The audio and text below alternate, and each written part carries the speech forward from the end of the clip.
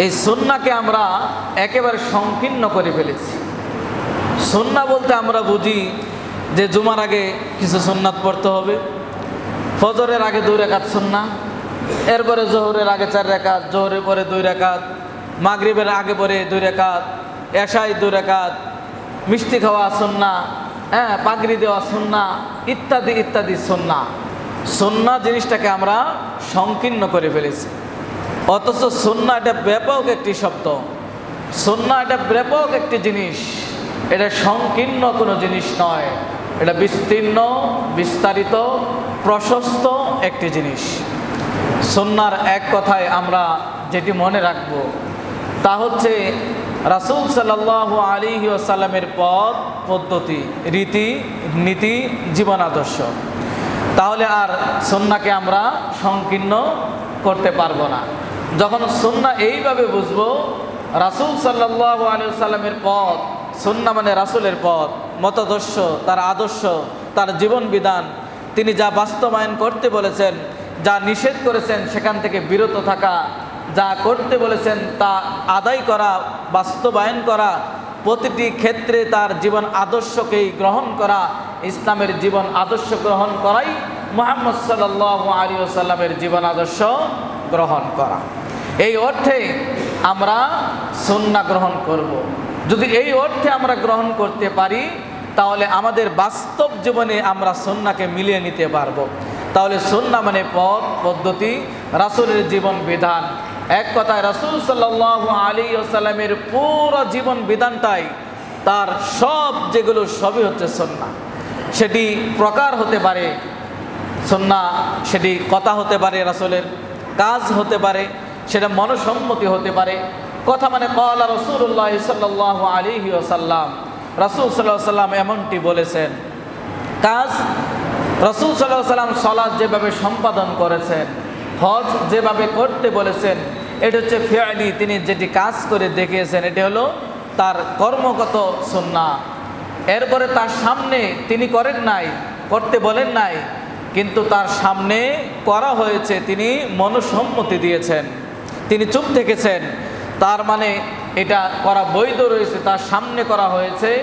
এই কাজটা যদি বৈধ না হতো, করা যদি সমুন্নত না হতো, যদি এটা করা উচিত না হতো, তাহলে তিনি বাধা দিতেন। তাহলে এইভাবে আমরা ভাগ করতে পারি। তবে আমরা আমাদের যেটি মনে রাখা অত্যন্ত গুরুত্ব তা হচ্ছে রাসূল সাল্লাল্লাহু আলাইহি ওয়াসাল্লামের পুরা জীবন আদর্শ এবং রাসূল সাল্লাল্লাহু আলাইহি ওয়াসাল্লামের মতাদর্শ, রাসূলের দেখানো পথ পদ্ধতি, এটি হলো সুন্নাহ। এই সুন্নাহর বিপরীতে আমরা এখন দেখি আরও একটি জিনিস রয়েছে, তা হচ্ছে বিদআত। সুন্নাহর বিপরীত যে বিষয় সেটি হচ্ছে বিদআত। আলোর বিপরীত যেরকম অন্ধকার, রাতের বিপরীতে যেরকম দিন, ঠিক তদরূপ তাওহীদের বিপক্ষে যেরকম শিরিক, অনুরূপ সুন্নাহর বিপক্ষে যেটি, সেটির নাম হচ্ছে বিদআত, যেটা শরীয়তে নতুন আবিষ্কৃত, নব্য আবিষ্কৃত, যা কিয়ামত পর্যন্ত প্রত্যাখ্যিত, যা রাসূল সাল্লাল্লাহু আলাইহি ওয়াসাল্লাম করেন নাই, করতে বলেন নাই, এই সম্পর্কে কোনো দিক নির্দেশনা নেই, তা কখনোই শরীয়ত হতে পারে না, তা কখনো মানব জীবনের কল্যাণ এনে দিতে পারে না। আল্লাহ সুবহানাহু ওয়া তাআলা গোটা বিশ্ববাসীকে তার মুহাম্মদ সাল্লাল্লাহু আলাইহি ওয়াসাল্লামকে আদেশ করে বলছেন, কুল, হে নবী আপনি বলে দিন, ইন কুনতুম তুহিব্বুনাল্লাহ, যদি তোমরা আল্লাহ রাব্বুল আলামিনকে ভালোবাসতে চাও, আল্লাহ রাব্বুল আলামিনের ভালোবাসা পেতে চাও, ফাত্তাবিউনি, তাহলে মুহাম্মদ সাল্লাল্লাহু আলাইহি ওয়াসাল্লাম তার আনুগত্য করতে হবে। তাহলে আল্লাহর ভালোবাসার ক্ষেত্রে শর্ত জুড়ে দিয়েছেন যে নবী তুমি গোটা বিশ্ববাসী মানুষকে বলে দাও, যদি আল্লাহকে ভালোবাসতে চাও, আল্লাহর ভালোবাসা পেতে চাও, তাহলে ফাত্তাবিউনি, আমি মুহাম্মদ সাল্লাল্লাহু আলাইহি ওয়াসাল্লামের আনুগত্যের মাধ্যমেই আল্লাহর ভালোবাসা তোমরা পাবে, অন্যথায় নয়। শুধু তাই নয়, তিনি তোমাদের ভালোবেসে ক্ষান্ত হবেন এমনটি নয়, ইউহিব্বুকুমুল্লাহ ওয়া ইয়াগফির লাকুম যুনুবাকুম, এবং তিনি তোমাদের জীবনের সমস্ত গুনাহগুলোকে মাফ করে দেবেন। সুবহানাল্লাহ।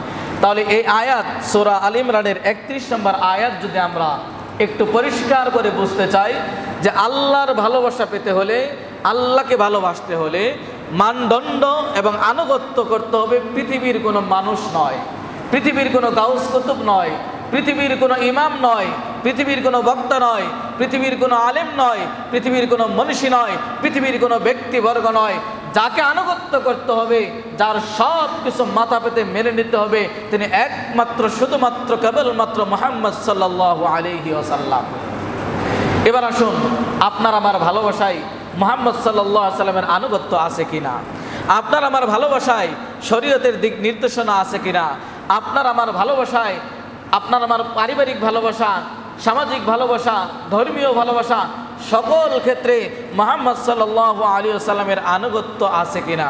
যদি থাকে তবে আল্লাহর ভালোবাসা পাবো, যদি না থাকে তাহলে আল্লাহর ভালোবাসা পাবো না। কারণ শর্ত জুড়ে দিয়েছেন, আল্লাহর ভালোবাসা পেতে হলে, আল্লাহর ক্ষমা পেতে হলে আনুগত্য যার করতে হবে তিনি পৃথিবীর কোনো ইমাম নন, তিনি পৃথিবীর কোনো মানুষ নয়, তিনি একমাত্র মুহাম্মদ সাল্লাল্লাহু আলাইহি ওয়াসাল্লাম, যাকে গোটা বিশ্ববাসীর জন্য আল্লাহ রাব্বুল আলামিন উত্তম মডেল হিসাবে, আইকন হিসাবে, আইডল হিসাবে, যার মতাদর্শ মাথা পেতে মেনে নেওয়া যায়, যার মতাদর্শের ভিতরে ইহকালীন শান্তি এবং পরকালীন নাজাত নিহিত, তিনি একমাত্র মুহাম্মদ সাল্লাল্লাহু আলাইহি ওয়াসাল্লাম।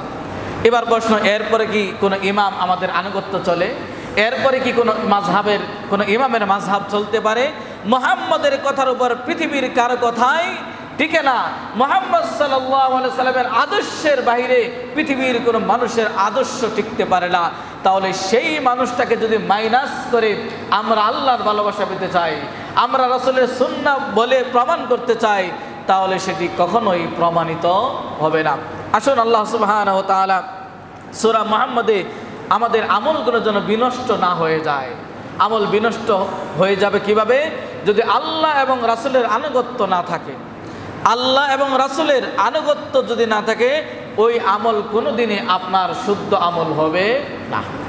আল্লাহ রাব্বুল আলামিন কোরআনে অসংখ্য জায়গায় এই শব্দগুলো ব্যবহার করেছেন। আতিউল্লাহ, আল্লাহর আনুগত্য করো, ও আতিউর রাসূল, এবং রাসূলের আনুগত্য করো। তাহলে আল্লাহর আনুগত্য এবং রাসূলের আনুগত্য, এই দুটি জিনিস আপনাকে সামনে রেখেই, এই দুটি জিনিস ঠিক রেখেই আপনার ইবাদতের জগতে যত ইবাদত আছে সবগুলোই এর শামিল।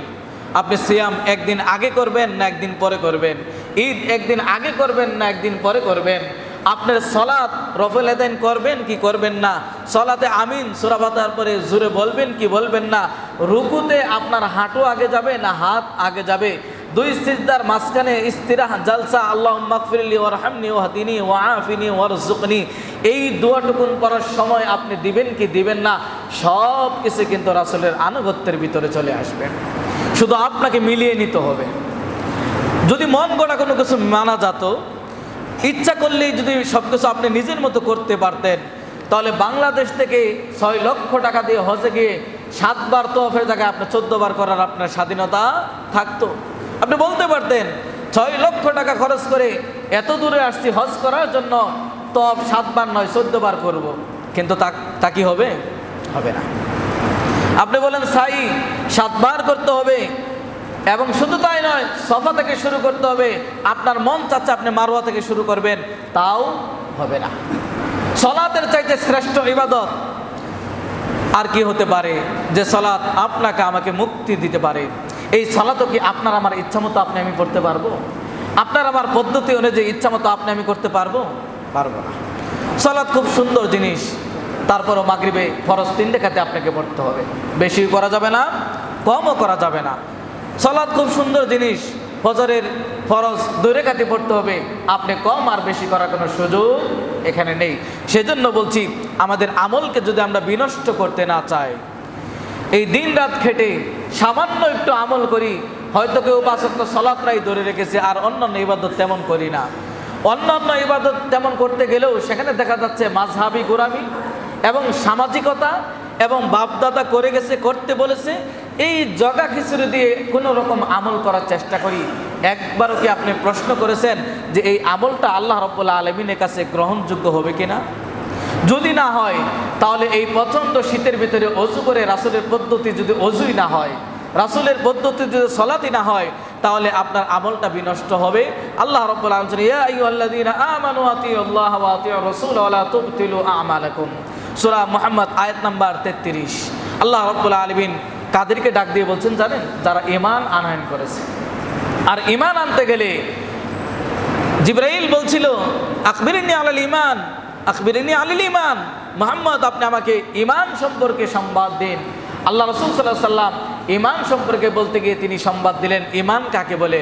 আনতুমিনা বিল্লাহ, আল্লাহর প্রতি বিশ্বাস স্থাপন করা, ও মালাইকাতিহি, ফেরেশতাদের প্রতি বিশ্বাস স্থাপন করা, ও কুতুবিহি, তার সমস্ত আসমানি কিতাবের প্রতি বিশ্বাস স্থাপন করা, ও রুসুলিহি, এবং যত নবী রাসূলগণ আগমন করেছেন সমস্ত নবী রাসূলদের প্রতি বিশ্বাস স্থাপন করা। 5 নম্বর ওয়াল ইয়াউমিল আখির, পরকালের প্রতি বিশ্বাস স্থাপন করা। 6 নম্বর আল কদর খাইরিহি শাররিহি, যে ভাগ্যের কল্যাণ অকল্যাণ, ভালো এবং মন্দ, এই দুটাকে বিশ্বাস করা। তাহলে 6টি জিনিসের স্তম্ভে, 6টি জিনিসের সমন্বয়ে ঈমান। এদেরকে ডাক দিয়ে আল্লাহ রাব্বুল আলামিন বলেছেন যে যারা আল্লাহকে বিশ্বাস করে, ফেরেশতাদের প্রতি বিশ্বাস করে, 3 রাসূলের প্রতি বিশ্বাস করে, 4 আসমানি কিতাবের প্রতি বিশ্বাস করে, 5 পরকালের প্রতি বিশ্বাস স্থাপন করে, 6 তাকদীরের, ভাগ্যের ভালো এবং মন্দের প্রতি বিশ্বাস করে, এদেরকে, এই ক্যাটাগরি যাদের ভিতরে আছে, এই কোয়ালিটি যাদের ভিতরে আছে, এই গুণাগুণ যাদের ভিতরে আছে, এই 6টি স্তম্ভ যাদের ভিতরে আছে, তাদেরকে ডাক দিয়ে বলছেন আপনি ঈমান সহজ, এত কথা মনে করবেন না যে সহজ। এদেরকে ডাক দিয়ে বলছে কি করতে হবে তোমাদের? আতিউল্লাহ, পৃথিবীর আর কারো আনুগত্য নয়, আল্লাহর আনুগত্য করতে হবে। এরপরে ওয়া আতিউর রাসূল, এবং এর সাথে সাথে রাসূলের আনুগত্য করতে হবে। যদি করো আল্লাহ এবং রাসূলের আনুগত্য যদি করো, তাহলে তোমার আমল শুদ্ধ, তাহলে তোমার সালাত শুদ্ধ, তাহলে তোমার সব কিছু পরিশুদ্ধ। আর যদি না করো তাহলে তোমার আমল বাতিল হবে। তাই আল্লাহ রাব্বুল আলামিন বলেন ওয়ালা তুবতিলু আমালাকুম, তোমরা তোমাদের আমলকে বাতিল করে দিও না। তাহলে আমল বাতিল হয় কি করে? রাসূলের পদ্ধতিতে না হলেই বাতিল হবে, আল্লাহর আনুগত্য না থাকলেই বাতিল হবে। সালাত আপনি আসছেন, যদি উদ্দেশ্য শুধু একটু আপনি বেঁকিয়ে দেন যে জুমার দিন মসজিদে না গেলে মানুষ কি বলবে, শেষ, আপনার জুমার সালাতের কোনো মূল্য নেই, এটাই শিরকে রূপান্তরিত হবে। এই জুমার সালাত দিয়ে কোনো কাজেই আসবে না।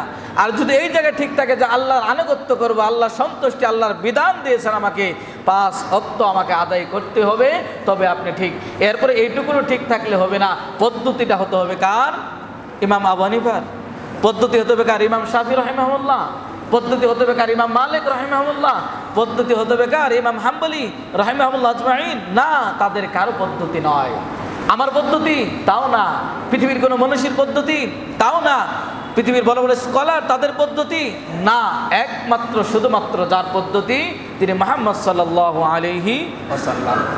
তাহলে এবং যার আনুগত্য মানে আল্লাহর আনুগত্য, তাহলে তার সাথে পৃথিবীর কোনো মানুষকে মাপা যায় না।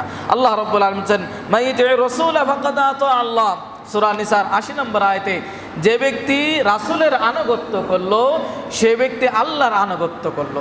আপনি একটা আয়াত, একটা হাদিস আপনি প্রমাণ করুন যে পৃথিবীর কোনো ইমামকে মানলে আল্লাহকে মানা হয়, পৃথিবীর কোনো মানুষকে মানলে আল্লাহকে মানা হয়, পৃথিবীর কারো মতাদর্শ গ্রহণ করলে আল্লাহকে মানা হয়, একটাও খুঁজে পাবেন না। তাহলে আপনার জীবনে এই মাযহাব, ওই ফিরকা, ওই ফিরকা, এই ফিরকা, অমুক আলেম বলেছে, অমুক ইমাম বলেছে, অমুক মাযহাবের ভিত্তিতে 3 দিনা 40 কুলখানি মিলাদ ইত্যাদি ইত্যাদি ইত্যাদি, অমুকে বলেছে ওযু এরকম হবে, তমুকে বলেছে এরকম হবে, তাহলে এই কথাগুলো আসতে পারে না। যার আনুগত্য আল্লাহর আনুগত্য তিনি মুহাম্মদ সাল্লাল্লাহু আলাইহি সাল্লাম, এটা আপনার আমার কথা নয়, কোরআনের কথা। সূরা নিসা আল্লাহ রাব্বুল আলামিন 80 নম্বর আয়াতে তাই বলেছেন। এবং শুধু তাই নয়, হাদিস থেকেও প্রমাণিত হয়, জাবের থেকে হাদিস, যে মান আতা মুহাম্মদ সাল্লাল্লাহু আলাইহি ওয়াসাল্লাম ফাকাদ আতা আল্লাহ, যে ব্যক্তি মুহাম্মদ সাল্লাল্লাহু আলাইহি ওয়াসাল্লামকে আনুগত্য করলো সে ব্যক্তি যেন আল্লাহকে আনুগত্য করলো। ওয়া মান আসা মুহাম্মদ, যে ব্যক্তি মুহাম্মদ সাল্লাল্লাহু আলাইহি ওয়াসাল্লামের অবাধ্য হলো, তার মতাদর্শ গ্রহণ করলো না, তার পথ এবং মত গ্রহণ করলো না, সে ব্যক্তি আল্লাহ এবং মুহাম্মদ সাল্লাল্লাহু আলাইহি ওয়াসাল্লামকে কি করলো? অস্বীকার করলো। তাহলে আল্লাহ এবং মুহাম্মদ সাল্লাল্লাহু আলাইহি ওয়াসাল্লামকে অস্বীকার করে এই জগতে ইবাদতের কোনো অস্তিত্ব থাকবে না, ইসলামের কোনো অস্তিত্ব থাকবে না। আল্লাহ এবং মুহাম্মদ সাল্লাল্লাহু আলাইহি ওয়াসাল্লামকে মাইনাস করে পৃথিবীতে আপনি আমি চলতে পারবো না। আপনার সকল ক্ষেত্রে যাকে মডেল হিসাবে রাখতে হবে তিনি মুহাম্মদ সাল্লাল্লাহু আলাইহি ওয়াসাল্লাম। সূরা হাশরের 7 নম্বর আয়াতে আল্লাহ রাব্বুল আলামিন বলেন, ওমা আতাকুমুর রাসূলু ফাখুযু ওমা নাহাকুম আনহু ফান্তাহু, যে তোমাদের রাসূল যা নিয়ে এসেছেন সেটা তোমরা গ্রহণ করো। রাসূল কি নিয়ে এসেছেন? ওহী নিয়ে এসেছেন। আল্লাহ রাব্বুল আলামিন তার প্রতি ওহী অবতীর্ণ করেছেন, সেই যেটা নিয়ে এসেছেন সেটা তোমাদের গ্রহণ করতে হবে এবং যা নিষেধ করেছেন সেখান থেকে তোমাদের বিরত থাকতে হবে।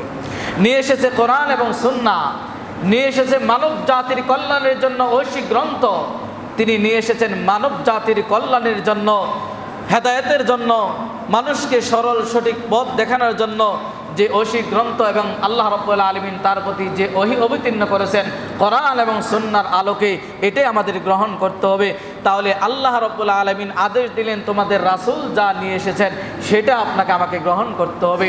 কোন মাযহাব কে কি নিয়ে আসছে, কোন দল কে নিয়ে আসছে, কোন আলেম কি নিয়ে এসেছে, এটা গ্রহণ করার কোনো সুযোগ আমাদের নেই। এরপরে শুধু তাই নয়, আল্লাহ রাব্বুল আলামিন সূরা নিসার 59 নম্বর আয়াতে বলেন, ইয়া আইয়ুহাল্লাযীনা আমানু আতিউল্লাহ ওয়া আতিউর রাসূল ওয়া উলিল আমরি মিনকুম, হে ঈমানদারগণ। আর ঈমানে বলেছি ওই 6টা সমন্বয় থাকতে হবে। আপনি যদি ঈমানদার, তাদেরকে আল্লাহ ডাক দিয়েছেন যাদের ভিতরে এই 6টি গুণ, এই বৈশিষ্ট্য রয়েছে, ঈমানের যে মৌলিক এবং আরকান বা রুকুন যেটি বলেন স্তম্ভ, এই 6টি, তাদেরকে ডাক দিয়ে বলছেন কার আনুগত্য করো? আল্লাহর আনুগত্য করো। ওয়া আতিউর রাসূল, এবং কার আনুগত্য করো? রাসূলের আনুগত্য করো। ওয়া উলিল আমরি মিনকুম, এবং তোমাদের মাঝে উলুল আমর যারা, তাদের আনুগত্য করো। কোরআনের বচনভঙ্গি শব্দ সব যদি আপনি বুঝেন তাহলে দেখেন এখানে গ্রামার যদি আপনি বুঝেন, আল্লাহ রাব্বুল আলামিন আল্লাহর ক্ষেত্রে, রাসূলের ক্ষেত্রে আতিউল্লাহ ওয়া আতিউর রাসূল, আল্লাহর আনুগত্য করো, রাসূলের আনুগত্য করো। আপনার বিবেকে বুঝে আসুক আর না আসুক, আপনার বিবেকে দৌড়ুক আর না দৌড়ুক, আপনার সমাজে চলুক আর না চলুক, আপনার বাপদাদার রেজিস্টার খাতায় থাকুক আর না থাকুক, আপনার বাপদাদার আমলে থাক আর না থাক, আপনার সমাজে থাক আর না থাক, এটার কোনো সুযোগ নেই। আল্লাহ এবং রাসূল বলেছে মাথা পেতে মেনে নিতে হবে। তৃতীয় যে শব্দে ওয়া উলুল আমরি, এবং তাদের আনুগত্য, উলুল আমর যারা, তাদের আনুগত্যের কথা বলেছেন। এই তাদের আনুগত্য, এই জায়গায় কিন্তু আতিউ শব্দ বলেন নাই। হতে পারে এমনটি যে কারণ আতিউ উলুল আমর, আমরা আগে ক্লিয়ার হই উলুল আমর কারা। এই উলুল আমর নিয়ে আজকে আমাদের দেশে এত ফিতনা এবং এত দলাদলি। উলুল আমর পীর সাহেব যারা, এরা মনে করে উলুল আমর মানে পীর সাহেব, এদের আনুগত্য করতে হবে, তাহলে আল্লাহ এবং রাসূলকে পাওয়া যাবে। একদল আলেম বলে যে উলুল আমর, তাদের আনুগত্য করতে বলেছেন আল্লাহ রাব্বুল আলামিন, তার মানে আলেমদের আনুগত্য করতে হবে, না হলে উলুল আমর আনুগত্য হলো না, আল্লাহ এবং রাসূলকেও পাওয়া গেল না। আবার যারা মাযহাবী, তারা বলার চেষ্টা করে যে মাযহাব উলুল আমর মানে আমাদের আলেমকে আনুগত্য করতে হবে, আর এদেরকে সরাসরি আনুগত্য করা যাবে না। কি করতে হবে? মাযহাবের ভিতর দিয়ে এসে আলেমকে আনুগত্য করতে হবে, তবেই উলুল আমরের আনুগত্য হবে। আবার আলেমরাও বলে আমাদের আনুগত্য করতে হবে, আমরাও বলি উলুল আমর এদের আনুগত্য করতে হবে। শাসক গোষ্ঠী তারাও বলে উলুল আমর মানে শাসক গোষ্ঠী, তাদের আনুগত্য করতে হবে। তাহলে এই জিনিসটা, এই আয়াতটা সবাই সবার মতো করে টেনে নিয়ে যাচ্ছে, যার কারণে উলুল আমর আনুগত্য, পীর সাহেব তারা বলছে আমাকে আনুগত্য করো, আমার খানকায় আনুগত্য করো, আমার পদ্ধতি মেনে নাও, তাহলে তুমি জান্নাত পাবে।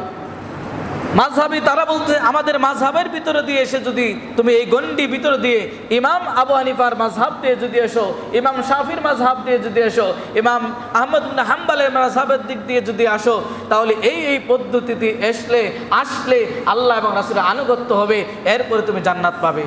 শাসক গোষ্ঠীও বলছে আমাদের আনুগত্য করো, আল্লাহই কোরআনে বলে দিয়েছে। তারাই বলার চেষ্টা করে বিভিন্ন স্লোগানে, বিভিন্ন সেমিনারে বলে আল্লাহ কোরআনে বলে দিলেন উলুল আমর শাসক গোষ্ঠীর আনুগত্য করা, আপনারা কেন করবেন না? এই উদ্ধৃতি কিন্তু আমাদের দেশের বিভিন্ন রাজনৈতিক ব্যক্তিরাও দিয়ে থাকে, ধর্মীয় ব্যক্তিরা যেরকম দিয়ে থাকে, ধর্মীয় গুরুরা যেরকম দিয়ে থাকে এই আয়াতকে উদ্ধৃতি দিয়ে, পীরেরাও যেরকম দিয়ে থাকে এই আয়াতের উদ্ধৃতি দিয়ে, ধর্মীয় রাজনীতি ব্যক্তি সবাই এই আয়াতের উদ্ধৃতি দিয়েই কিন্তু দোহাই দেয় আমাকে আনুগত্য করতে হবে, আমাদের আনুগত্য করতে হবে, তবেই জান্নাত পাবে।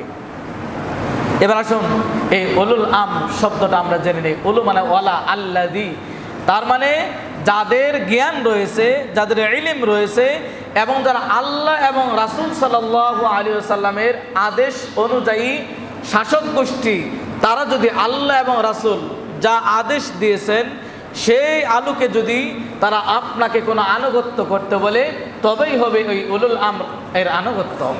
আল্লাহ এবং রাসূলের আদেশের বাইরে গিয়ে যদি নিজেকে উলুল আমর দাবি করে, শাসক গোষ্ঠীরা বলে এর দ্বারা উদ্দেশ্য উলুল আমর মানে শাসক গোষ্ঠী, তাদের আনুগত্য করতে হবে, কিন্তু মদের লাইসেন্স দিয়ে দেয়, তাহলে এটা কি রাসূলের আনুগত্য? যদি তারা বলে শাসক গোষ্ঠীর আনুগত্য করতে হবে, যদি জিনার লাইসেন্স দিয়ে দেয়, তাহলে কি তাদের আনুগত্য তাও করতে হবে? সুদ ব্যাংকিং ব্যবস্থায় যদি বাধ্যতামূলক সুদের লেনদেন হয়, তারপরে কি এই উলুল আমর এই জনগোষ্ঠী তাদের আনুগত্য করতে হবে? কোনো ধর্মীয় গুরু যদি, কোনো ধর্মীয় ব্যক্তি যদি, কোনো স্কলার যদি, কোনো মাযহাবের ইমাম যদি রাসূল এবং আল্লাহকে ছেড়ে দিয়ে যা রাসূল করে নাই, করতে বলে নাই, যা কোরআন বলে নাই, যা রাসূল করতে বলে নাই, তা সামনে রেখে সে ওটাকে বাদ দিয়ে নিজের মতাদর্শ দিয়ে যদি আহ্বান করে, তাহলে সেটা আমি হলেও করা যাবে না, সবচাইতে বড় ব্যক্তি হলেও করা যাবে না, সবচাইতে ছোট ব্যক্তি হলেও করা যাবে না। কথা বুঝতেছেন আমার? তাহলে এই উলুল আমর নিয়ে তাহলে আল্লাহ শুরুতে বললেন আল্লাহর আনুগত্য করো, রাসূলের আনুগত্য করো, এখানে আতিও না ও শব্দটা নিয়ে এসেছেন। তার মানে পৃথিবীর শাসক গোষ্ঠী উলুল আমর দ্বারা উদ্দেশ্য যদি শাসক গোষ্ঠী নেন, তারা যদি কোরআন এবং সুন্নাহর আলোকে আল্লাহর নির্দেশে রাসূলের আদেশে যদি তারা কোনো আদেশ বাস্তবায়ন করে তবে মানা যাবে, অন্যথায় নয়। এখানে যদি আপনি আলেম সমাজ নিয়ে থাকেন যারা জ্ঞানী, তাদের উলুল আমর মানে আপনি তারা যদি কেউ বলে ইমাম আবু হানিফা এর উদ্দেশ্য, সেই ইমাম আবু হানিফাও যদি সে যদি কোরআন এবং সুন্নাহর আলোকে কোনো কিছু দিয়ে থাকে তবেই গ্রহণ করতে হবে, অন্যথায় নয়। ইমাম আবু হানিফা কেন, গোটা পৃথিবীর মানব জাতি যদি রাসূল যা বলেছে তার বাইরে চলে, এরপরেও আনুগত্য করা যাবে না। গোটা পৃথিবীর মানুষ একদিকে, আপনাকে আরেক দিকে থাকতে হবে, এটির নাম আনুগত্য আল্লাহ এবং রাসূলের। গোটা পৃথিবীর মানুষ তাওহীদের বিপক্ষে গেলে আপনাকে বিপক্ষে যাওয়া যাবে না।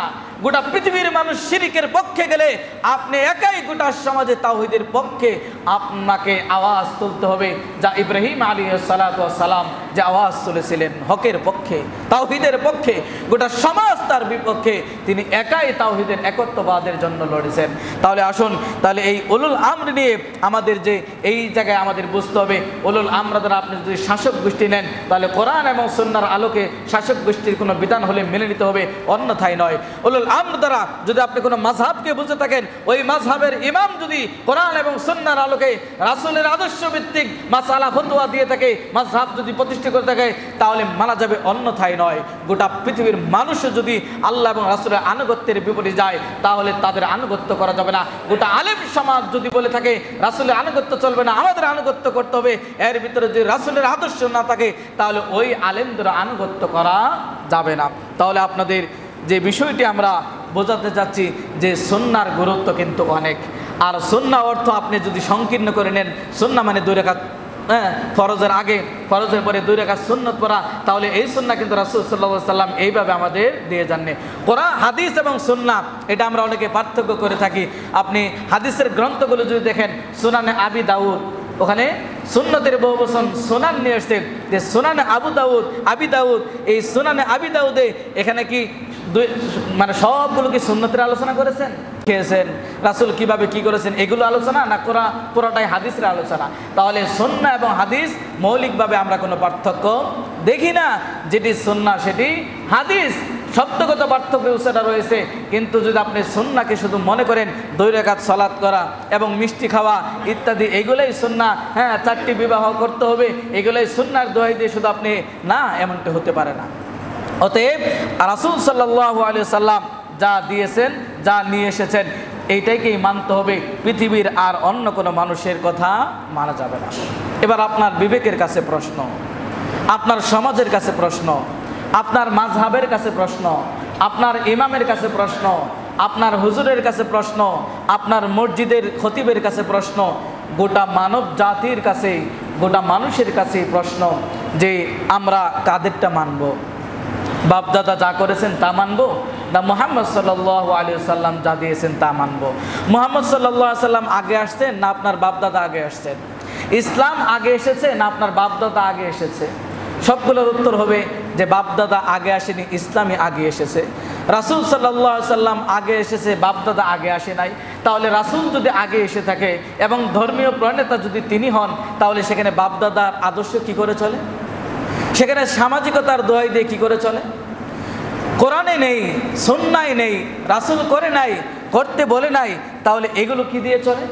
ইমাম আবু হানিফা রাহিমাহুল্লাহর জন্ম মৃত্যু যদি আপনি জানেন, তিনার জন্ম মৃত্যু যদি আপনি জানেন, তাহলে আপনি বুঝতে পারবেন ইমাম আবু হানিফা তিনি 80-তে কী করেন? জন্মগ্রহণ করেন, 150 হিজরিতে মৃত্যুবরণ করেন, তাই না? আপনার কাছে প্রশ্ন, ইমাম আবু হানিফা 80 হিজরিতে জন্মগ্রহণ করে, আপনি যদি ইতিহাসের পাতা খুলে দেখেন তাহলে দেখবেন, এবং হাদিস থেকেও প্রমাণিত হয়, ইতিহাসের পাতাগুলো যদি আপনি খুলে দেখেন তাহলে আপনি দেখতে পাবেন এই 80 থেকে 96 পর্যন্ত সাহাবীদের পদচারণা ছিল, সাহাবীরা বেঁচে ছিলেন। এবং কোনোভাবে বলা হয় 110 হিজরি পর্যন্ত তুফাইল বিন আমের তিনি সর্বশেষ সাহাবী মৃত্যুবরণ করেন। তাহলে এই 80 থেকে 96 পর্যন্ত জাদরেল সাহাবী, বড় বড় সাহাবী যারা রাসূলকে স্বয়ং দেখেছে, যারা রাসূলের কাছ থেকে ইসলাম শিখেছে, যারা রাসূলের কাছ থেকে কোরআন শিখলো, তারা যে আলেম তৈরি করেছে, এই আলেমরা গেল কোথায়? 80 হিজরিতে ইমাম আবু হানিফা জন্মগ্রহণ করলেন, জন্ম পরে তার তিনি মাযহাব সৃষ্টি করেন নাই, তিনি 150 হিজরিতে মারা গেছেন। 80 থেকে 96 পর্যন্ত অসংখ্য বড় বড় সাহাবী যারা বেঁচে ছিলেন, তারা যে আলেম তৈরি করলেন, তাদের আলেমের মতাদর্শে কোনো মাযহাব কেন সৃষ্টি হলো না? ঘোড়ার ডিম কোনোদিন দেখেছেন? শুধু শুনেছেন। ঘোড়ার ডিম, ঘোড়া কোনোদিন ডিম দেয় না, কিন্তু আমরা এই গল্প শুনি যে ঘোড়ার ডিম, যদিও এটার কোনো অস্তিত্ব নেই, ঘোড়ার ডিম কোনোদিন দেখা যায় না। তা আপনি মসজিদের নাম শুনে, মসজিদ শুনে আপনি আমাদের যাত্রাবাড়ি যারা দেখেছেন, মাদ্রাসা মুহাম্মাদিয়া আরাবিয়া, ওখানে আপনি যাত্রাবাড়ি চৌরাস্তা গিয়ে যদি আপনি সালাফি মসজিদ জিজ্ঞাসা করেন অথবা আহলে হাদিস মসজিদ জিজ্ঞাসা করেন, কেউ চিনবে না, বলবো শিয়া মসজিদ। কি বলবে? শিয়া মসজিদ। শিয়া মসজিদ বললে সবাই চেনে। তাহলে চিন্তা করেন, আপনি আমি যে আজকে অন্ধের মতো, এই ঘোড়ার ডিমের মতো যে বলে দেই অমুক মসজিদ শিয়া মসজিদ, অমুক মসজিদ আহমদিয়া মসজিদ, অমুক মসজিদ লামাজহাবি মসজিদ, অমুক মসজিদ কাদিয়ানি মসজিদ, ইত্যাদি ইত্যাদি এক্সেট্রা এক্সেট্রা, যে আমরা উদাহরণগুলো দেই, সেটা কি আদৌ ঠিক আছে? শিয়া, আপনি যে শিয়া বলছেন, শিয়া তারা আপনি জানেন? আপনি উত্তর দিতে পারবেন না। তাহলে কেন আপনি শিয়া বললেন? পৃথিবীর কোন ইতিহাসে শিয়ার আল্লাহকে মেনে নেয়, রাসূলকে মেনে নেয়? শিয়াদের ইসলামে প্রবেশের, আমরা একজন অমুসলিম সে যদি ইসলামে প্রবেশ করতে চায়, তাহলে আমরা তাকে শাহাদা পাঠ করাই, কি? আশহাদু আল্লা ইলাহা ইল্লাল্লাহ ওয়া আশহাদু আন্না মুহাম্মাদান আবদুহু ওয়া রাসূলুহু, এই কালামা শাহাদা পড়ে তাকে ইসলামে প্রবেশ করতে হয়। আপনি যে হট করে আহলে হাদিস মসজিদ নাম শুনে বলছেন এটা শিয়া মসজিদ, এটা কাদিয়ানি মসজিদ, এটা লামাজহাবি মসজিদ, এটা ওয়াহাবি মসজিদ, এটা ইত্যাদি ইত্যাদি মসজিদ, আপনি যে বলেন, শিয়াদের ইসলামে প্রবেশ করায় কিভাবে আপনি জানেন? শিয়াদের যদি আপনি, শিয়াদের দৃষ্টিতে যদি আপনি ইসলামে প্রবেশ করতে চান, তাহলে ওদের কালেমা শাহাদা হচ্ছে আশহাদু আল্লা ইলাহা ইল্লাল্লাহ, সাক্ষ্য দাও আল্লাহ ছাড়া কেউ নাই, ও আশহাদু আন্না আবু বকর ও উমর ও উসমান ও আয়েশা ও হাফসা লানাতুল্লাহ আলাল কাফিরিন, যে এরা সকলেই কাফের, এরা সকলেই জাহান্নামী, এই বাক্য সাক্ষ্য দিয়ে আপনাকে তাদের অনুপাতে ইসলামে প্রবেশ করতে হয়। নাউজুবিল্লাহ। যারা উসমানকে কাফের মনে করে, আবু বকর রাদিয়াল্লাহু আনহুকে কাফের মনে করে, ওমর বিন খাত্তাব রাদিয়াল্লাহু আনহুকে কাফের মনে করে, আয়েশা এবং হাফসাকে যারা কাফের মনে করে, আল্লাহর লানত বর্ষিত হওয়ার দোয়া বর্ষণ করে, জাহান্নামী মনে করে, এদেরকে ইসলাম বলা কোনো সুযোগ আছে? মুসলিম বলা কোনো সুযোগ আছে? তা আপনি যে চট করে আহলে হাদিস নাম শুনলেই বলে দেন এরা শিয়া, তাহলে কথা মেপে বলতে হবে, কথা জেনে শুনে বলতে হবে। মন্তব্য করলে সেই মন্তব্যটা আপনাকে জেনে শুনে করতে হবে। একজন মানুষ সম্পর্কে মন্তব্য করতে গেলে কমপক্ষে তার সাথে আপনি 2 মাস 3 মাস চললে এরপরে আপনি তার দোষ ত্রুটি খুঁজে পাবেন, তখন আপনি মন্তব্য করতে পারেন, এর আগে নয়। ওই যে আপনার বাপদাদা বলেছে, আপনার অমুক তমুক বলেছে, সমাজে মানুষ এরকম করেছে, এর উপর ডিপেন্ড করে আপনি বলে দিলেন এরা ওয়াহাবি, এরা নাজদি, এরা লামাজহাবি, এরা ওয়াহাবি, এরা অমুক, এরা তমুক। আপনার কাছে প্রশ্ন, কোন আঙ্গিকে বললেন, কোন জ্ঞানের আলোকে বললেন?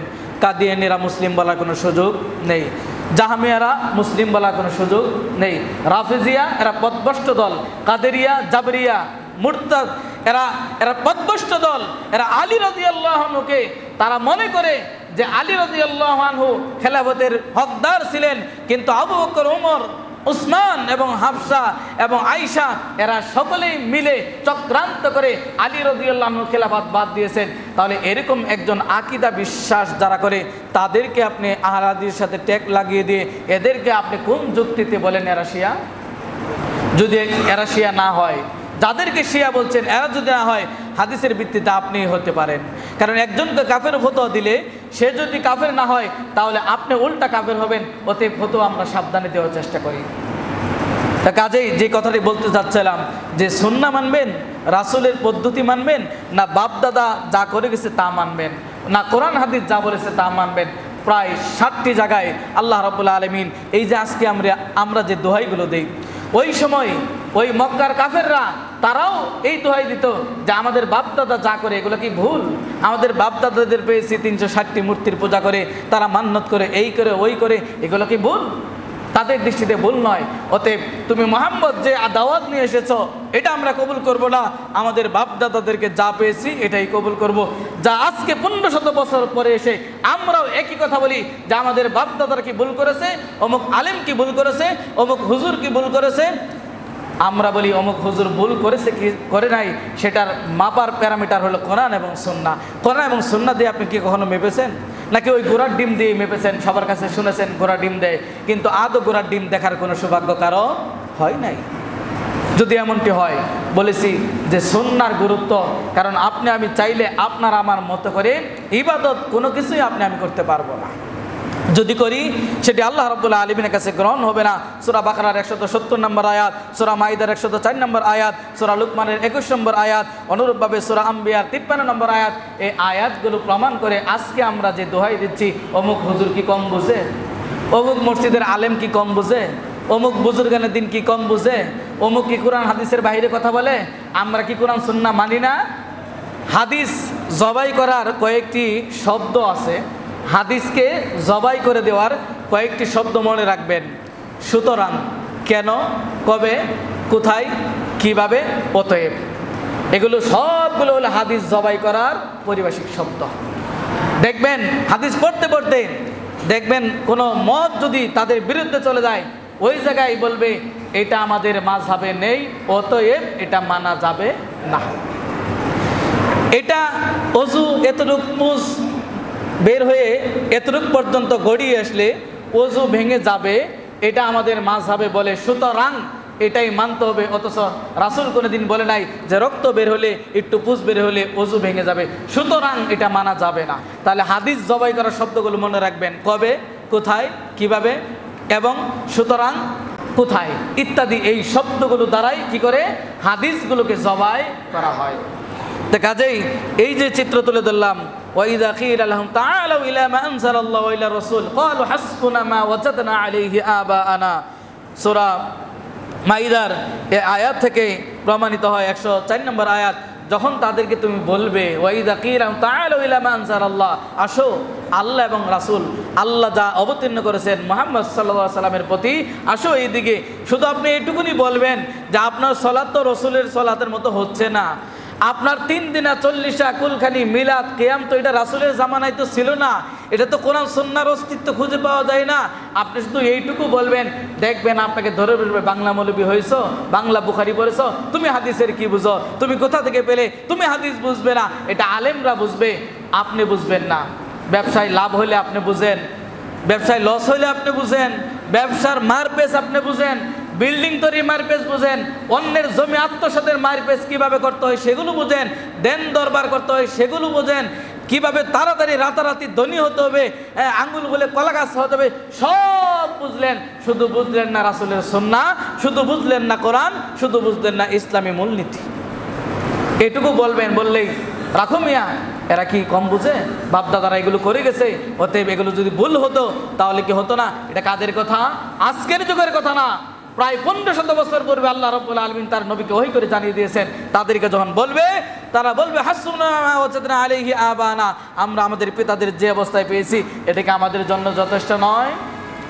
এবার আসুন, যারা এর পরেও এতগুলো খোলামেলা কথা বলার পরেও আপনি আমার শত্রু নন, আপনি আমার দিনী ভাই, আপনি ইমানদার, আপনি মুসলিম, আপনার ইবাদতগুলো যেন সুন্দর হয়, এত কষ্ট করে ইবাদত করবেন সেগুলো যেন বাতিল না হয়ে যায়, বিনষ্ট না হয়ে যায়, সেজন্য আপনাকে আদর দিয়ে বলি, কখনো কঠিন ভাষাও বলি। রাসূল খুতবা দিতেন, চেহারা লাল হয়ে যেত, তিনি যুদ্ধের সৈন্যবাহিনী তৈরি করছেন এমনভাবে খুতবা দিতেন। আমাদের সেই জজবা আমাদের নেই, আমাদের সেই মন মানসিকতাও নেই। আমরা আসি নামাজের 5-10 মিনিট আগে, আমরা আসি আজান হইলে এরপরে নিজের কাম টাম সেরে আজান শুনে গোসলে যাব। উচিত ছিল আজানের আগেই মসজিদে প্রবেশ করা, কিন্তু আজান শুনে আমরা গোসলে যাই, আজান শুনে আমরা দোকান বন্ধ করি, বাড়িতে যাই, আধা ঘন্টা চলে যায়, এরপরে 10-15 মিনিট এরপরে আমরা আসি। তাহলে খুতবার শুরু এবং শেষ যদি আপনি না শোনেন, আপনি বুঝতে পারবেন, বুঝতে পারলে আপনি অর্ধেক বুঝতে পারবেন। যদি কোনো জ্ঞান অর্জন করতে চান, যদি আপনি মনে করেন মাদ্রাসায় বারিন্দাও যান নাই, কিন্তু অন্ততপক্ষে জুমার দিন কিছু আলোচনা শুনবেন, শিখবেন, তাহলে আমি মনে করি আপনাকে আগে আসা উচিত। এখানে আমার বাপদাদার কিস্সা কাহিনী বলার জন্য আমি কোনোদিন দাঁড়াইনি, এখানে আমার ব্যক্তিগত মতাদর্শ বলার জন্য কোনোদিন আপনাদের সামনে দাঁড়াইনি, এখানে মসজিদ কমিটির গণকীর্তন করার জন্য কখনো আপনাদের সামনে বলি নাই বসুন আজকের খুতবা হবে মসজিদ কমিটির গণকীর্তনের জন্য, বলেছি কোনোদিন? যেগুলো বলেছি সবগুলো কোরআন সুন্নাহ ভিত্তিক বলার চেষ্টা করেছি। মানুষ মাত্রই ভুল হতে পারে, যদি কোনো ভুল হয় বলেছি আপনি ধরিয়ে দিবেন, শুধরে নিব, এতেই কল্যাণ রয়েছে। আসুন, বাপ দাদার এই দোহাইগুলো আজকে থেকে নয়, সেই জামানায়ও তারা দিয়েছিল। আল্লাহ রাব্বুল আলামিন সেগুলো কোট করেছেন, এবং আল্লাহ রাসূল সাল্লাল্লাহু আলাইহি ওয়াসাল্লাম বেশি জিনিস ছেড়ে যান নাই, দুটা জিনিস ছেড়ে গিয়েছেন, কোরআন এবং সুন্নাহ। এই দুটিকে যদি আঁকড়ে ধরেন তাহলে আপনি কোনোদিন পথভ্রষ্ট হবেন না। এর বাইরে যখনই যাবেন তখনই আপনি পথভ্রষ্ট হবেন। আল্লাহ রাসূল সাল্লাল্লাহু আলাইহি সাল্লাম দিনকে যেখানে কমপ্লিট করে দিয়ে গেলেন, পরিপূর্ণ করে দিয়ে গেলেন, সেখানে আপনি কিভাবে সেখানে ঢুকাবেন আর বের করবেন কোনোদিনই সম্ভব নয়। একটি শরবতের গ্লাসে যদি আপনি 2 ফোঁটা সাদা পানি দিতে চান, তাহলে ওই গ্লাস থেকে বলুন তো শরবত পড়বে না পানিটা পড়বে? শরবত পড়ে যাবে। তাহলে যে গ্লাসে আপনি পরিপূর্ণ করলেন শরবত দিয়ে, সেখানে যদি 2 ফোঁটা সাদা পানি সেখানে না টিকে, তাহলে রাসূল যেখানে দিনকে পরিপূর্ণ করে গেলেন, রাসূল যেখানে মানব জাতির কল্যাণের জন্য যতগুলো দিক রয়েছে সেগুলো সব তিনি কমপ্লিট করে গেলেন, বলে গেলেন আজকের দিনে তোমাদের দিনকে কমপ্লিট হয়ে গেল। ওই দিন কোন মাযহাব ছিল? ওই দিন কোন ইমাম ছিল? ওই দিন ইমাম শাফি কোথায় ছিল? ওই দিন ইমাম আবু হানিফা রাহিমাহুল্লাহ কোথায় ছিল? ওই দিন ইমাম মালিক রাহিমাহুল্লাহ কোথায় ছিল? 246 হিজরি, 204, 150 হিজরিতে ইমাম শাফি রাহিমাহুল্লাহর জন্ম। তাহলে আপনাদের কাছে আবারও প্রশ্ন, তাহলে এই মাযহাবগুলো সেদিন কোথায় ছিল? 400-450 বছর পরে ইমাম শাফি তিনি জানেন না তার জন্য এইভাবে মাযহাব তৈরি করা হয়েছে। ইমাম আবু হানিফাও তিনিও জানেন না যে তার জন্য এরকম মাযহাব সৃষ্টি করা হয়েছে। ইমাম আবু হানিফার ফিকহুল আকবার একটি গ্রন্থ তিনি রচনা করেছেন আকীদা বিষয়ে। এই গ্রন্থ অত্যন্ত দুঃখের সহিত বলতে হয় আমরা এগুলো গ্রন্থ পড়ি না। এই গ্রন্থে ইমাম আবু হানিফা, আপনি যদি কাউকে প্রশ্ন করেন, আমাদের দেশে অধিকাংশ মানুষ বলে যে আল্লাহ কোথায়? বলে আল্লাহ সব জায়গায় বিরাজমান। ইন্না ফি কুল্লি মাকান, বলে আল্লাহ সর্বত্র বিরাজমান। এই আকীদা রাফিজিদের আকীদা, এই আকীদা জাহমিয়াদের আকীদা, আল্লাহ সর্বত্র বিরাজমান। এই আকীদা শিয়াদের আকীদা, এটা মুসলিমের আকীদা না। ইমাম আবু হানিফা ফিকহুল আকবার খুলে দেখেন আপনার ইমাম কি বলেছে। আপনার ইমাম বলেছে যদি কোনো ব্যক্তি এই বিশ্বাস করে যে আল্লাহ আসমানে না জমিনে, ওই ব্যক্তি কাফের। আপনার ইমাম বলেছে, আমি বলি নাই। ফিকহুল আকবার খুলে দেখুন, এই আকীদার কিতাব পড়ে না পড়ে ওই যে বলেছি অমুক বলেছে শিয়া আহলে হাদিসরা, ওইটার উপর শুনেই আপনিও সেই ট্যাগ লাগিয়ে দিচ্ছেন। ফিকহুল আকবার খুলে দেখবেন ইমাম আবু হানিফা তিনি বলেছেন যদি কেউ এই বিশ্বাস করে যে আল্লাহ জমিনে না আসমানে, ওই ব্যক্তি কাফের। এবং এটাও বলেছেন যদি কোনো ব্যক্তি মনে করেন যে আল্লাহ আসমানে আরশে নয়, এটাও যদি বিশ্বাস করে, ওই ব্যক্তিও কাফের। কার কথা? ইমাম আবু হানিফা রাহিমাহুল্লাহ তার কথা। এটা আমার কথা নয়, এটা আহলে হাদিসদের কোনো বক্তার কথা নয়। আপনাদের ইমাম, আমাদের ইমাম। আমরা কোরআন হাদিসের ভিত্তিতে 4 জনকেই মানি। ইমাম আবু হানিফার কথা যদি কোরআন সুন্নাহর সাথে মিলে তাকে আমরা মানি।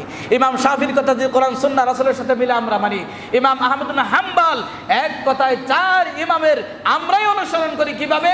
তাদের কথা যদি কোরআন সুন্নাহ ভিত্তিক হয় তাহলে মেনে নেই, আর যদি কোরআন সুন্নাহ ভিত্তিক না হয় বাপের কথাই মানি না, আর ইমামের কথা কি মানবো?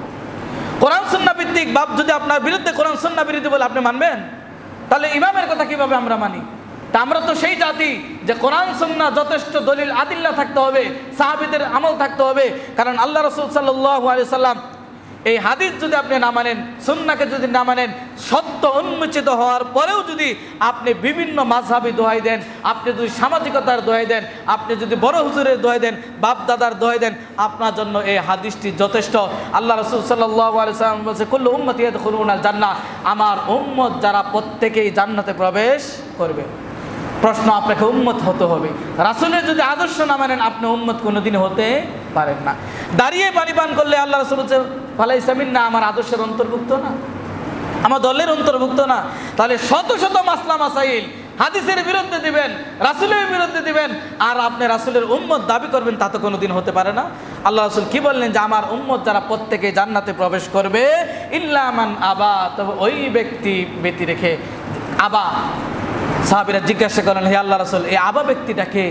সাহাবীরা বুঝতে পারলেন না যে আবাকে, সকলেই জান্নাতে প্রবেশ করবে, এই হতভাগা আবা, এই আবাটাকে? আল্লাহ রাসূল সাল্লাল্লাহু আলাইহি ওয়াসাল্লাম বললেন, ওমান আতানি দাখালাল জান্নাহ, যে ব্যক্তি আমাকে আনুগত্য করবে সেই ব্যক্তি জান্নাতে প্রবেশ করবে। ওমান আসানি ফাকাদ আবা, যে ব্যক্তি আমাকে অবজ্ঞা করলো ওই ব্যক্তি হইল আবা, ওই ব্যক্তি অস্বীকার করলো, ওই ব্যক্তি কোথায় প্রবেশ করবে? জাহান্নামে প্রবেশ করবে। রাসূলের কথা, আমার কথা নয়। এবার আপনার সালাত মিলিয়ে দেখুন, রাসূলের সালাতের সাথে মিলে কিনা। মানুষ মারা গেলে 3 দিন, আর রাসূলের 3 দিনের সাথে মিলে কিনা? কোন ইতিহাস প্রমাণ করে রাসূল মারা গেলে, পৃথিবীর শ্রেষ্ঠ মানুষ মারা যাওয়ার পরে 3 দিন 40 কুল খালি কোনো সাহাবী করলেন না? তাহলে এটা আজ কি করে ধর্ম হয়ে গেল? আজ কি করে এটা ইসলামের বিধান হয়ে গেল? আজ কিভাবে এটা মাযহাবীর দোহাই দিয়ে এটা চলতে পারে? কোনোদিন চলতে পারে না। পৃথিবীর সর্বশ্রেষ্ঠ মানুষের যদি কুলখানি না হয়, পৃথিবীর সর্বশ্রেষ্ঠ মানুষের জন্য যদি 40 না হয়, পৃথিবীর সর্বশ্রেষ্ঠ মানুষের জন্য যদি কোরআন খতম না হয়, তাহলে কোন মানুষের জন্য হবে? কারণ নয়। আপনি ওমর রাদিয়াল্লাহু আনহু, আল্লাহ রাসূল সাল্লাল্লাহু আলাইহি ওয়াসাল্লামের সামনে তিনি তাওরাত পাঠ করছিলেন, রাসূলের চেহারা লাল হয়ে গেছিল, রাসূল রাগান্বিত হয়ে গেছেন, এবং রাসূল বলছে, ওমর, আমি জীবিত অবস্থায় তুমি আমার সামনে তাওরাত পড়ছো? মানে যদি রাসূলের জীবদ্দশায় মুসা আলাইহিস সালাতু ওয়াস সালামের তাওরাত না চলে, তাহলে আপনার আমার মাযহাব কি করে চলে? রাসূলের জীবদ্দশায় যদি তাওরাত ওমর রাদিয়াল্লাহু আনহু পড়তে না পারে, ওই দিনের, ওই যুগের, ওই সময়ের কোনো বিধান যদি না চলে, তাহলে এই যুগে এসে কোন ইমাম কি বলেছে, কোন মাযহাব কি বলেছে, কোন আলেম কি বলেছে, কোন খতিব কি বলেছে, কোন বক্তা কি বলেছে, কোন সমাজ কি বলেছে, কার বাপ দাদা কি বলেছে, তা আজও চলতে পারে না, কোনোদিনই সম্ভব নয়। এই জন্য বলেছি, মানব জীবনে সুন্নাহর গুরুত্ব অপরিসীম।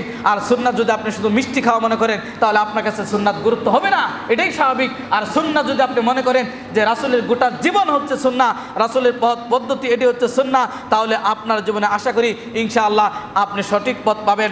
এবং আল্লাহ সুবহানাহু ওয়া তাআলা আমাদেরকে হুঁশিয়ার করে বলেছেন সূরা বনী ইসরাঈলের 36 নম্বর আয়াতে, ওয়ালা তাকফু মা লাইসা লাকা বিহি ইলম, যে বিষয়ে তোমার কোনো জ্ঞান নেই সেই বিষয়ে তুমি কোনো কথা বলতে যাবে না।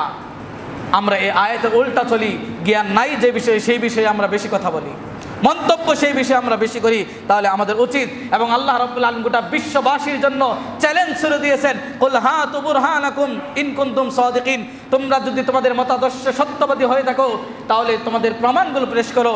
তাহলে যদি আজকে রাসূল সাল্লাল্লাহু আলাইহি সাল্লামের 450 বছর পরে যদি কোনো দিন সেটা নতুন আসে, সেটা কোনো দিন হতে পারে না, সেটা কোনো মাসআলা হতে পারে না, সেটা মানব জীবনের কোনো পদ্ধতি হতে পারে না, সেটা মানব জীবনের কোনো আমল হতে পারে না। কারণ আল্লাহ রাসূল সাল্লাল্লাহু আলাইহি সাল্লাম বলেছেন, যা আমি করতে বলিনি, যে বিষয়ে আমার কোনো নির্দেশ নেই, সেটা প্রত্যাখ্যিত, সেটা প্রত্যাখ্যিত, সেটা প্রত্যাখ্যিত, সেটা কোনো দিন চলতে পারে না। তাহলে আপনার জিন্দেগিতে, আপনার জীবনে আপনি সবগুলো মিলে দেখার চেষ্টা করুন যে আপনার জীবনে রাসূলের জীবনের সাথে মিল আছে কিনা।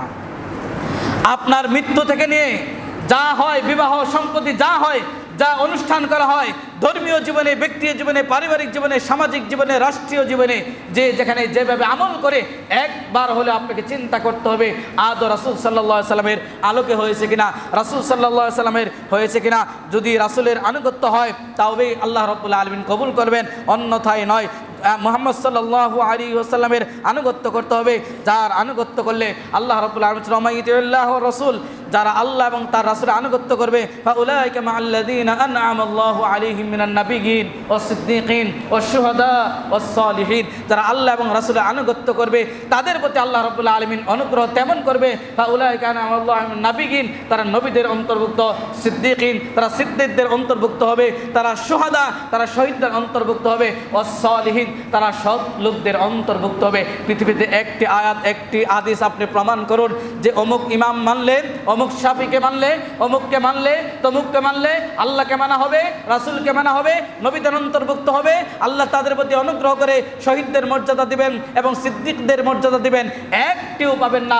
যেহেতু আপনি এই ফজিলত অর্জন করতে চান, তাহলে কেবলমাত্র শুধুমাত্র একমাত্র মুহাম্মদ সাল্লাল্লাহু আলাইহি ওয়াসাল্লামকে আনুগত্য করতে হবে। ইয়াউমা নাদউ কুল্লা উনাসিম বিইমামিহিম, সূরা বানী ইসরাঈল ৭১ নম্বর আয়াত। আল্লাহ রাব্বুল আলামিন ওই দিন প্রত্যেককেই আহ্বান করবে তার নেতা সহকারে।